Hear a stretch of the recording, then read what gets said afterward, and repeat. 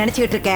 இந்த குடும்பம் நல்லா இருக்கணும், நம்ம பிசினஸ் நல்லா நடக்கணும்னு ஒருவேளை விரதம் இருந்து பசியும் பட்னியுமா பூஜை பண்றேன். இப்படிதான் அபசகுணமா எண்ணெயை கொட்டுவீங்களா? ஏய் ஸ்வேதா, நானா உன் மேல வந்து மோதினேன்? அது வந்து அத்தை, அவன் மேல எதுக்கு பாயற? நீதான் ஆடி அசைஞ்சு வரத நான் பார்த்தேனே. பூஜை நேரத்துல எண்ணெய் கொட்டினா எவ்வளவு பெரிய அபசகுணம்னு தெரியுமா உனக்கு? இந்த வீட்டுக்கு மூத்தவ நீ, கொஞ்சமாவது பொறுப்பு வேண்டாம்? இப்படிதான் வீட்டுக்குள்ள முட்டி மோதி நடமாடுவியா?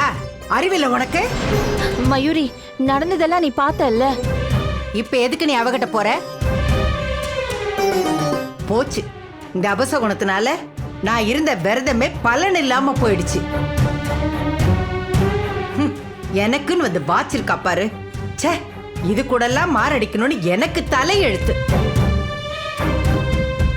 அத்தை, நான் உங்களை பார்த்து தான் வந்துகிட்டு இருந்தேன். அப்போ இவ தான். போதும், அதான் நடந்ததெல்லாம் நான் கண்ணால பார்த்தேனே. அம்மா, நடந்ததை நானும் தாம்மா பார்த்தேன். அண்ணி உன்னையே பார்த்துட்டு வந்தாங்க. அவதான் வந்து அண்ணி மேல மோதுனா. இதுக்கு போய் அண்ணி கிட்ட கோவப்பட எப்படிமா? டேய், என்ன என்னையே ஏத்து பேசுவியா? எனக்கு எதிரா வாய் திறக்கிறதுக்கு உனக்கு என்ன தகுதி இருக்கு? உனக்கு முன்னாடி பிறந்தவன் தானே ராஜசேகர். அவன் எப்படி ஓடி ஓடி உழைச்சி ஒரு பிசினஸையே அவன் கட்டமைச்சிருக்கான். ஆனா நீ என்னத்தை கிழிச்ச? ஒரு விஷயத்தையும் ஜெயிச்சு காட்டுறதுக்கு உனக்கு துப்பு இல்ல. வாழ்க்கையிலையும் நீ ஜெயிக்கல. நீ பேசாத.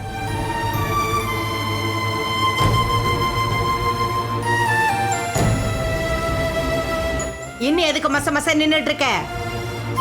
இந்த எண்ணெயில நான் வழுக்கி விழுந்து கைய காலை உடைச்சுக்கணும் இல்ல? போய் டக்குன்னு துணி எடுத்துட்டு வந்து தொட போ.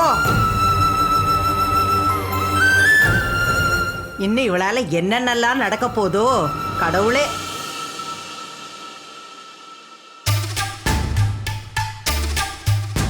கடவுளே.